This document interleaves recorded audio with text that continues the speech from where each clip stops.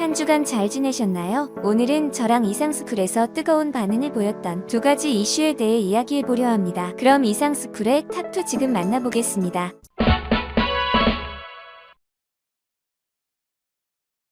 올해 한국 방산업계 매출액이 사상 최대를 기록할 것으로 보이는 가운데 폴란드에 이어 또 다른 잭팟이 기대되는 상황입니다. 바로 이집트로의 FA50 100대 수출인데요. 지난달 피라미드 상공에서 펼쳐졌던 에어쇼 현장에서 모하메드 아바스 힐미 하심 공군 사령관과 대화를 나누는 이상무의 모습이 취재진에게 포착되며 기대감을 높였습니다. 이집트의 FA50 수출이 더욱 기대되는 것은 올해 초 K9을 도입한 바 있고 K2 흑표 전차에도 상당한 관심을 보이고 있기 때문입니다. 이처럼 한국 방산에 엄청난 관심을 보이는 이집트가 이제는 한국의 인프라까지 요청하고 있어 한국이 아프리카 시장을 선점하는 것 아니냐는 말까지 나오고 있습니다. 현재 이집트의 교통 인프라는 다소 처참한 상황입니다. 이에 이집트는 한국에 지하철을 만들어달라고 부탁하고 나섰는데요. 그런데 여기서 또다시 중국이 체면을 구겼습니다. 한국과 경쟁하던 중국이 탈락했기 때문이죠. 특히 이번 지하철 사업 수주는 추후 이집트 신도시 지하철 계약까지 영향을 끼칠 것으로 보여 중국은 더욱 충격을 받았습니다. 심지어 중국은 이번 수주를 따낸 한국을 향해 사업이 순조롭지 못할 것이라며 화풀이까지 한 것으로 알려졌습니다. 이러한 중국의 질투 속에서 지난달 현대로템은 이집트에서 8,600억 원 규모의 전동차 320량 공급 사업을 따냈습니다. 국토교통부는 24일 현대로템이 이집트 터널청과 이집트 북부의 알라메인시티에서 카이로 메트로 2, 3호선 전동 차량 공급 계약을 체결했다고 발표했습니다. 이번 계약에 따라 현대로템은 2028년까지 카이로 메트로에 사용될 전동차 320량을 공급하게 되며 계약 금액은 6억 6천만 달러, 약 8,600억 원입니다. 전문가들은 이번 전동차 한국 수주가 당연하다고 했는데요. 현대로템은 이미 지난 10년간 카이로 메트로 2, 3호선 사업에 참여해 약 1조 원 규모의 전동차를 납품한 바 있기 때문입니다. 또한 전체 전동차 물량의 25%는 이집트 국영철도 산업회사와 함께 제작하며 향후 8년간 차량 유지 보수도 함께 담당하는 것으로 전했습니다. 또한 이번 계약은 이집트에게도 이득인 것으로 알려져 이집트 국민들의 호응을 얻었는데요. 왜냐하면 세계 최고 수준으로 알려진 한국의 지하철이 이집트에 정착하면 이집트 국민들의 삶의 질이 달라지기 때문입니다. 물론 한국의 지하철의 세계적인 찬사를 받고 있는 것은 맞지만 도대체 이집트의 교통 환경은 어떻길래 국민들의 기대가 끊이지 않는 것일까요? 사실 이집트는 아프리카 국가들 중에서 가장 먼저 지하철을 도입한 국가입니다.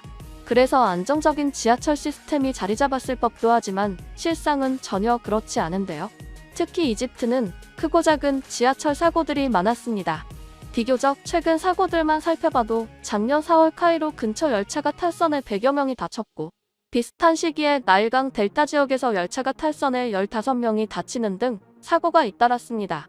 당시 이집트 의회에서도 빈번한 지하철 사고로 인명피해와 재산피해가 심각하다며 문제를 제기했습니다. 그리고 이집트 국민들도 안전해야 할 대중교통이 그렇지 않아 상당한 불편함을 감수해야 했죠. 사실 이집트의 상황을 보면 교통 인프라가 발전하지 못할 수밖에 없는 환경이었습니다. 국토는 한국의 10배에 달하는데 인구도 적지 않으며 국토의 대부분의 사막으로 이뤄져 있어 교통 인프라 확충이 쉽지가 않은 것입니다. 이에 이집트에서는 단순히 전동차 사고만 많이 나는 게 아니라 단순 자동차 사고도 많이 난다고 주장합니다. 실제로 2021년 이집트에서는 1만 6천여 건의 사고가 발생했습니다. 심지어 이들 사고의 대부분은 제대로 갖춰지지 않은 신호등과 같은 아주 기본적인 문제에서부터 비롯되었습니다. 상황이 이렇게 되자 심각성을 느낀 이집트 정부는 카이로의 대도시 과밀화 부작용을 해결하기 위해 신행정수도를 건설하기 시작했습니다. 따라서 이집트는 새로운 지하철이 필요했고 이 지하철을 한국이 수주하게 된 것입니다. 그런데 사실 이집트의 신행정수도 NAC 건설은 중국의 1대1로 자금으로 이루어졌습니다. NAC 상업지구에는 385m의 초고층 건물을 포함해 18개의 대형 건물이 들어서며 공사 대부분을 중국 국영기업 중국건축공정총공사가 담당합니다. 중국 관영신화통신은 아예 NAC 관련 공사를 이집트를 대상으로 한 중국의 경제 영토 확장 프로젝트 1대1로라고 못 박았을 정도입니다. 사실 이집트인들도 1대1로의 섣불리 참여했다 막대한 빚만 떠안은 채 중국의 경제 식민지가 될 위기에 처한 파키스탄, 스리랑카의 사례를 잘 알고 있습니다. 하지만 벌써 NAC 관련 공사에 중국의 54조 원이라는 돈이 들어갔습니다. 그래서 중국은 1대1로가 진행되는 이집트가 당연히 중국의 전동차를 선택할 것으로 확신하고 있었던 것입니다. 하지만 이집트는 지하철 사업을 시작으로 방산시장까지 하나씩 중국의 이름을 지우기 시작했습니다. 그 첫 번째 시작은 약 10년 전인 2012년 현대로템의 카이로 전동차 프로젝트 수주였습니다. 당시 일본 업체의 장악 속에서도 이집트는 온전히 기술력만으로 판단해 한국의 전동차 사업을 맡겼습니다. 그 후 한국의 기술력을 인정하며 전동차를 넘어 방산까지 한국산을 구매하기 시작한 것이죠. 그런데 지난 10년 동안 한국이 이집트 인프라를 중국으로부터 빼앗자 중국은 갑자기 말도 안 되는 주장을 펼치기 시작했습니다. 현재 이집트는 돈이 없다는 것입니다. 실제로 이집트는 우크라이나 사태를 견디지 못하고 지난 3월 IMF에 도움을 요청했습니다. 중국은 이집트의 이러한 점을 지적하며 한국은 손해만 입을 것이라고 막말을 했으며 자신들은 이러한 점을 알고 일부러 계약하지 않았다는 말을 했습니다. 그런데 얼마 지나지 않아 중국의 발언은 의미가 없어졌는데요. 한국은 이집트의 좋지 않은 경제 상황으로 인해 대금을 받지 못할 것을 대비해 대외경제협력기금으로부터 차관을 빌렸고 세계의 금융지원기관으로부터 지원 계약을 함께 맺었습니다. 따라서 이집트가 경제 사정이 좋지 않아 대금을 못 내더라도 손해가 발생하지 않는 것입니다. 그리고 현재 이집트 국민들 사이에서 한국에 대한 호감이 높아져 이집트를 살릴 나라는 한국뿐이라고 주장하고 있다고 합니다. 한편 현재 이집트의 한국 방산 구매 시사는 다른 여러 국가들에 좋은 영향을 미치기 시작했는데요. 아프리카 대륙에서 가장 강한 군대를 자랑하는 이집트가 1대1로까지 진행했던 중국의 무기가 아닌 한국산 방산을 선택하자 한국산 방산에 대한 신뢰도가 퍼진 것입니다. 이에 얼마 전 FA50 국산 경전투기가 말레이시아에 수출될 것이란 현지 보도가 나왔는데요. 아직 양국의 공식 보도가 나오지 않았는데 말레이시아 군사매체인 디펜스 시큐리티 아시아는 최근 말레이시아 공군과 한국 항공우주산업에 FA50을 구매할 것이라고 밝혔습니다. 해당 매체는 한국이 수출하는 경공격기가 최신 개량형인 F50 블록 20이라고 추정했으며 말레이시아 공군 알메이프는 이번 사업에서 순차적으로 18대씩 모두 36대의 FA50을 획득할 것이라고 전했습니다. 또한 FA50 블록 20의 성능은 아직 정확히 공개되지 않고 있지만 카이는 블록 20에 국산 A사 레이더를 탑재해 공대공 능력을 강화하는 방안을 계획 중인 것으로 알려졌다고 보도했습니다. 이어 디펜스 시큐리티 아시아는 미국 F-16의 블록 70 전투기에 쓰이는 것과 동일한 UVHF 무선 장비가 장착될 것이라며 미국 로키드 마틴이 개발한 주야간 표적 식별 장비 등도 포함된다고 설명했습니다. 현재 말레이시아 정부의 공식 발표도 나오기 전부터 군사매체에서의 FA50 도입 기사가 쏟아지는 가운데 한국 방산 수출은 FA50뿐만 아니라 계속되는 상황인데요. 특히 폴란드의 대규모 수주로 관심을 받기 시작한 K2 흑표 전차에 대한 세계의 관심이 심상치 않습니다. 최근에만 사우디아라비아, 이집트 등에서 K2 전차의 대량 도입설이 계속해서 나오고 있으며 모로코도 현지 면허 생산을 추진하고 있다는 소문도 나오고 있습니다. 현재 현대로템은 이러한 사실은 사실무근으로 일축하고 있지만 모로코가 알제리에 맞설 신형 전차 도입을 추진하고 있는 것은 사실이기에 기대감이 모아지고 있습니다. 실제로 모로코 입장에서는 K2 외에 이렇다 할 대안을 찾기 어려운 상황이라서 가까운 시일 내 모로코의 K2 도입설은 사실무근에서 유력 또는 성사 소식으로 바뀔 수 있다는 게 관계자들의 주장입니다. 이처럼 현재 폴란드를 시작으로 이집트까지 잭팟이 이어질 기대가 모아지며 전 세계는 다시 한번 한국 방산에 주목하고 있습니다. 또한 이집트가 한국의 인프라를 맡기고 얼마 전 원전 참여도에 한국의 아프리카 시장 진출까지 거론되고 있는 상황입니다. 앞으로도 한국의 영향력이 세계 각지로 뻗어나가길 희망합니다.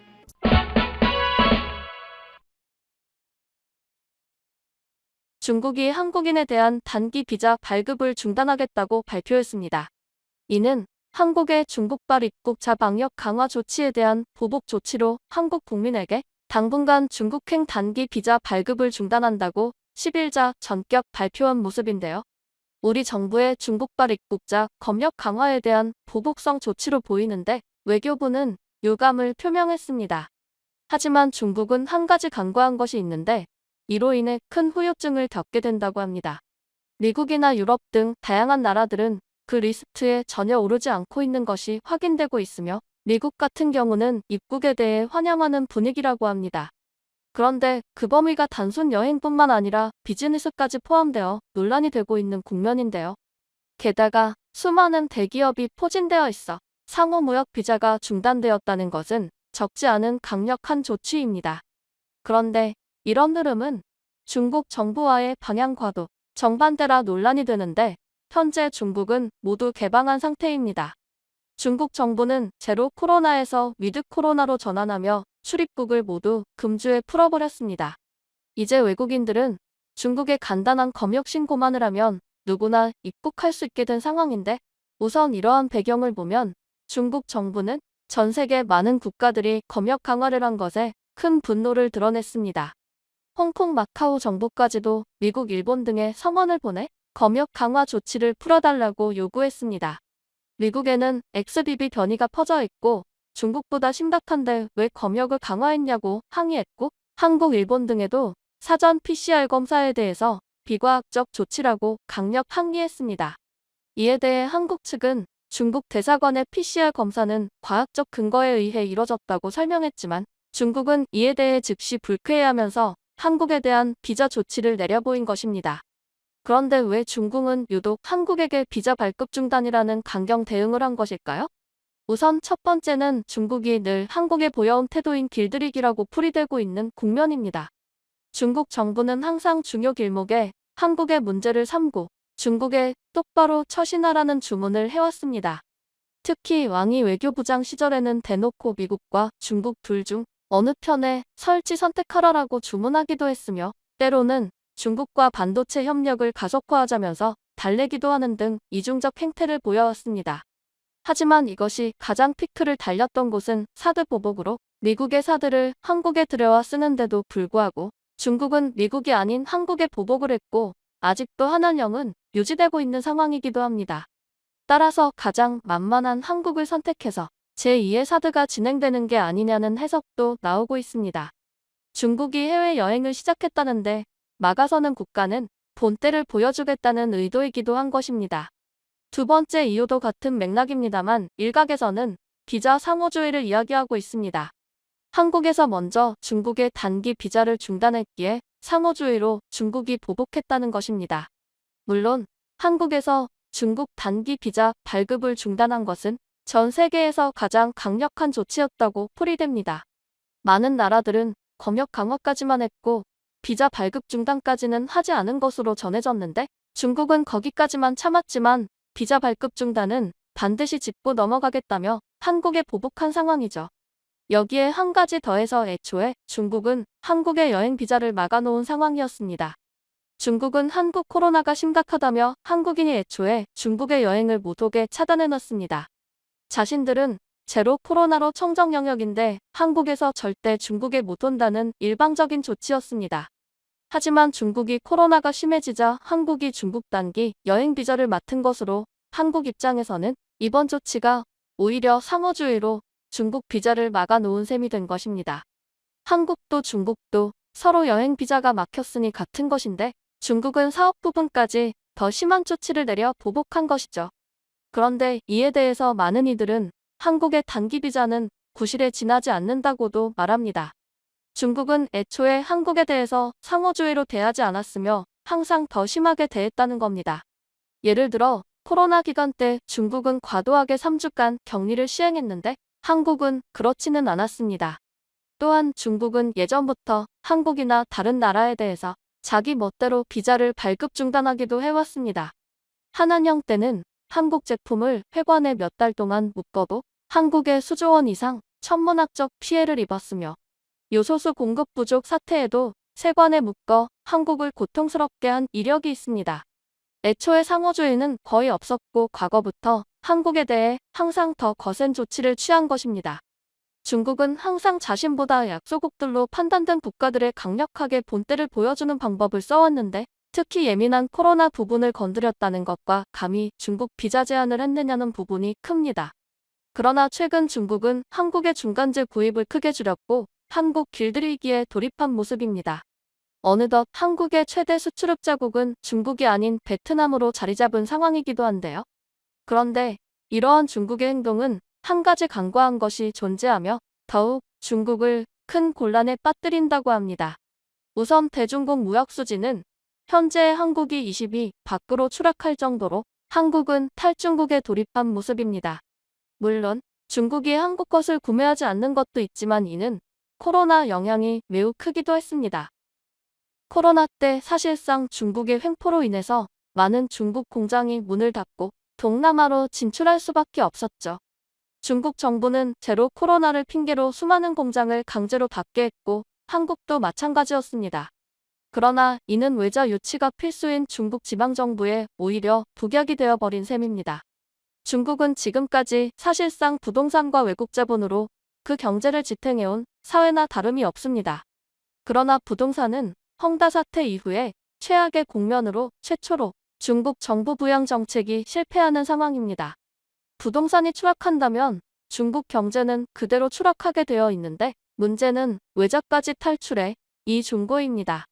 중국 지방정부를 먹여 살리던 애플과 같은 대형 기업이 대거 인도와 베트남으로 공장을 옮기고 있으며 삼성이나 LG도 많은 사업 부분을 베트남이나 기타 국가로 계속 탈출하고 있는 상황이죠. 여기에 결정적으로 중국이 한국에 지금 보복할 상황이 아닌 것은 반도체 때문이기도 합니다. 바로 중국 정부에서 더 이상 반도체 개발에 돈을 쏟아붓지 못할 거란 전망이 나왔기 때문이죠. 실제 중국 정부는 지금 수렁에 빠진 부동산을 살리는 게 중국 경제의 제일 급선무입니다. 이를 의식해 중국도 일본에 비해 한국에게는 살며시 규제를 풀어주는 움직임도 보이는데요. 한국에는 단기 비자 발급을 중단했지만 비즈니스 목적의 상용 비자의 경우 지방정부 초청장이 있으면 발급이 가능하다는 예외 조항을 뒀습니다.